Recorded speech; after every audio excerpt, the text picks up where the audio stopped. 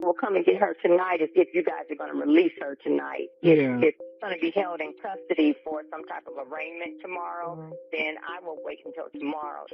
She's not from that area, and I would hate to wake up to a morning report, lost somewhere with her head chopped off.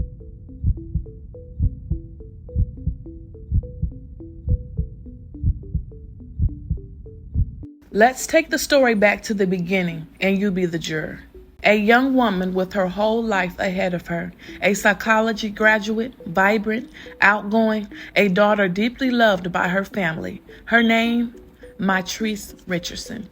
On September 16, 2009, she drove out to Malibu, California, a city of wealth, beaches, and celebrity enclaves. But by the sunrise the next morning, Mitrice had vanished, leaving behind a trail of confusion, questionable police decisions, and a family still fighting for answers more than a decade later. This is the story of Mitrice Richardson. And tonight, as you sit as the juror, with every fact, every detail, every theory, you'll be the one to decide what really happened to her that night. Mitrice Richardson was born on April 30th, 1985. She grew up in Covina, California, raised by her mother, Lettice Sutton, and her stepfather, Larry Sutton. Bright, charismatic, and ambitious, Mitrice graduated from Cal State Fullerton with a degree in psychology. She dreamed of becoming a child psychologist. But she wasn't just a student, she was also a dancer, known for her lively spirit, her love for her friends, and her free personality. She often juggled multiple jobs, modeling gigs, and time with her family. By all accounts, Mitrice was driven, compassionate, and full of life. But in the weeks leading up to her disappearance, her family began noticing changes.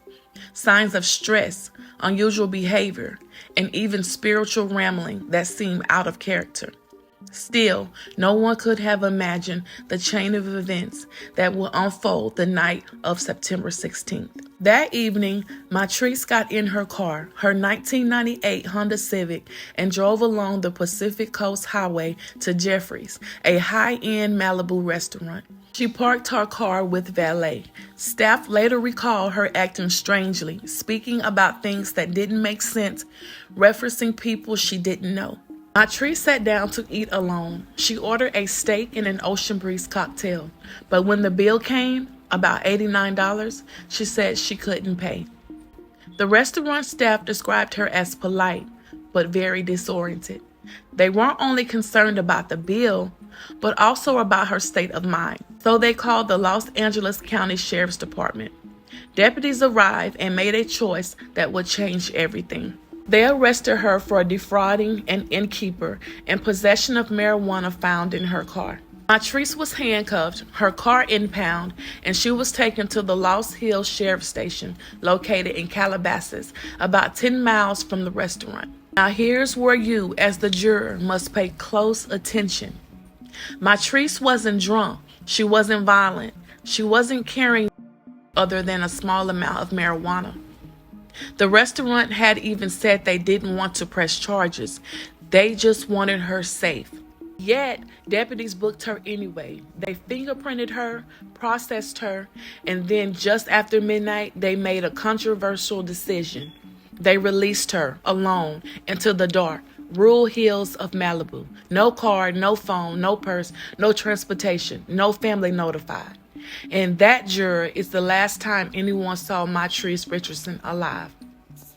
Shortly after midnight on September 17, 2009, Mitrice Richardson was released from the Lost Hills Sheriff Station. The deputies claimed she was calm, coherent, and showed no signs of being a danger to herself or others, so they let her go. But let's pause here, jurors. Mitrice had no purse, no wallet, no phone, no car. She was about 10 miles from the restaurant where her vehicle was impounded. Let's speak on the area surrounding the station. It was dark, rugged hills, canyons, and its isolated roads with almost no lighting. Her family later asked a haunting question. Why didn't deputies hold on until the morning? Why didn't they call her mother, who had already reached out earlier, voicing concern? Why release a young woman possibly in the middle of a mental health crisis into the night? Before Mitrice was even released, her mother, Mitrice Sutton, had already called the station. She told deputies that she was worried about her daughter's mental state. She even asked them directly if Mitrice was released, would someone call her so that she can come and pick her up. I am calling. I'm a little frazzled right now. I understand my daughter is being brought into the station. It was important for me to let them know that this was totally uncharacteristic for Mitrice. I will come and get her tonight if you guys are going to release her tonight. If she's going to be held in custody for some type of arraignment tomorrow, then I will wait until tomorrow. She's not from that area, and I would hate to wake up to a morning report. Girl lost somewhere with her head chopped off. The deputy on the line assured her, "Don't worry, we'll keep an eye on her." But the call never came. Mitrice was released anyway, and the mother wasn't notified until it was already too late.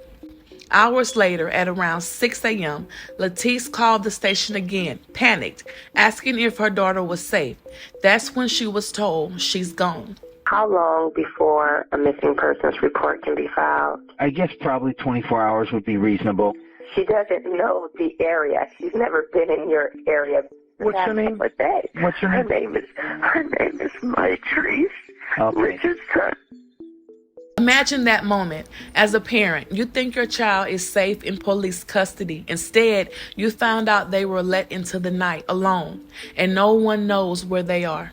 Not long after her release, a resident of Monte Nata, a small community near the station, reported seeing a young black female wandering through their backyard at around 6:30 a.m. The description matched Mitrice. She looked thin, disoriented, and barefoot. By the time deputies arrived to check the area, she was gone. This was the last confirmed sighting of Mitrice Richardson alive. From there, the trail gets cold. No phone calls, no bank activity, no trace of her movements at all. Jurors, think about that. Within 6 hours of being released, Mitrice had vanished into the canyons and hills of Malibu. Was she lost, suffering a mental breakdown, wandering until she could no longer go on? Did she stumble into danger, an accident, or foul play? Or did someone see her vulnerability and take advantage of that? As the sun rose on September 17, 2009, Mitrice Richardson was nowhere to be found. Her mother, Mitrice Sutton, immediately drove to Malibu and the surrounding canyons, retracing the last known movement of her daughter. Friends, neighbors, and even volunteers joined in on the search. Flyers went up everywhere. Telephone poles, grocery stores, gas stations, but nothing. No sightings, no calls, no leads. Meanwhile, Mitrice called the Lost Hills Sheriff Station repeatedly, demanding updates. Her pleas were met with delays and sometimes dismissiveness. She was told, "She's a grown woman. Maybe she's fine." But Mitrice knew better. Mitrice had been released alone into the dangerous terrace in the middle of the night. She knew her daughter could not navigate it safely, especially in the mental state. The Los Angeles County Sheriff's Department faced intense scrutiny. Critics asked, why was Mitrice released at night without shoes, phone, or ID? Why weren't her parents notified? Why wasn't she transported safely home? Months later, her family filed a wrongful death and negligence lawsuit against the LASD, arguing that the release constituted gross misconduct and directly led to Mitrice's disappearance. This lawsuit, unfortunately, is necessary. It's painful. It's difficult to allege the claims that we have in here. There's one claim that we have in here that hurts Ms. Sutton. It hurts me as a lawyer. It's the last claim, wrongful death. The fact that she's been missing, the lack of information, the degree of difficulty to include that as one of the claims is hurtful and painful to the mother, but it's necessary. We're going to pursue this case vigorously.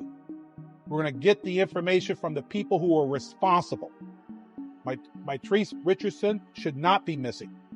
She should be celebrating her 25th birthday with her mother and should be enjoying life a straight A student, a young lady with a promising career and future, taken away by the LA County Sheriff Department.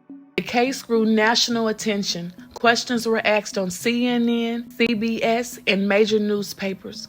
Yet answers were few. And for her family, every day without closure added to more pain. Investigators and volunteers scorned the rugged Malibu canyons, hiking trails, and nearby roads. They interviewed neighbors, hikers, and even homeless individuals. There were fleeting reports. A car seen speeding away. A young woman matching Mitrice's description asking for help. A man spotted near the trail that morning. But none led to a breakthrough. And evidence that could have been collected that night, her fingerprints, items along the trail, CCTV footage, either wasn't collected in time or was never recovered. Jurors, consider this. The combination of late night release, dangerous terrors, and delayed investigation created a perfect storm for tragedy. And still, the questions remain. Where was Mitrice? What had happened in those hours after 6:30 a.m.? And could it have been prevented? Months turned into years. Families waited, volunteers searched, and the world watched. Finally, in October 2010, nearly a year after her disappearance, hikers in the rugged Malibu hills discovered human remains. Forensic investigators confirmed them to be Mitrice Richardson. She had died from unknown causes, though authorities could not determine the exact circumstances. Her body was found in a remote area, difficult to access, treacherous, and isolated. Some question, how has she ended up there? Was it an accident, foul play, or something more sinister? The discovery brought some closure, but only raised more questions. Jurors, you must consider what path led her from a sheriff's station to the hills where she was found. Who or what was involved? From the beginning, the timeline has been murky. The last confirmed sighting, Mitrice wandering the Monte Nada neighborhood at 6:30 a.m. Her body was found in a canyon far from that location. Questions persist. How far did she travel on foot? Did she fall accidentally? Did someone guide her there? Sheriff's reports were inconsistent. Some deputies claimed she was last seen alive near the station. Others reported sightings miles away. Her family has argued these inconsistencies are hindering the investigation. Jurors, these gaps are critical. They shape the theory that you'll hear next. Now, let's look at the main theories, and you, jurors, must weigh them carefully. Number 1, accident. Did Mitrice wander into the rugged Malibu canyons and succumb to the terrain, falling, getting lost, or succumbing to exposure? 2, foul play. Was she taken advantage of after being released, kidnapped, harmed, or left in a dangerous location? 3, voluntary flight. Could she have wandered away, confused or disoriented, trying to escape the situation she didn't understand? Each theory has supporting evidence, and each has gaps. And the combination of her late-night release, remote terrain, and delayed search efforts makes the truth harder to discern. Even after her remains were found, unanswered questions linger. Why was Mitrice released in the first place, at midnight, barefoot, without a car or phone? Why didn't deputies contact her mother despite multiple warnings? Why were early search efforts delayed or poorly coordinated? Family members and experts have pointed out inconsistencies in the reports, conflicting timelines, discrepancies in deputies' accounts, and missing documentation from the night of her release. Jurors, these gaps aren't just details, they're clues, signs that the system failed her at the most critical moment. Through media interviews and visuals, the family kept Mitrice's story alive, not just as a missing person case, but as a cautionary tale about the system failures, public safety, and the rights of vulnerable individuals.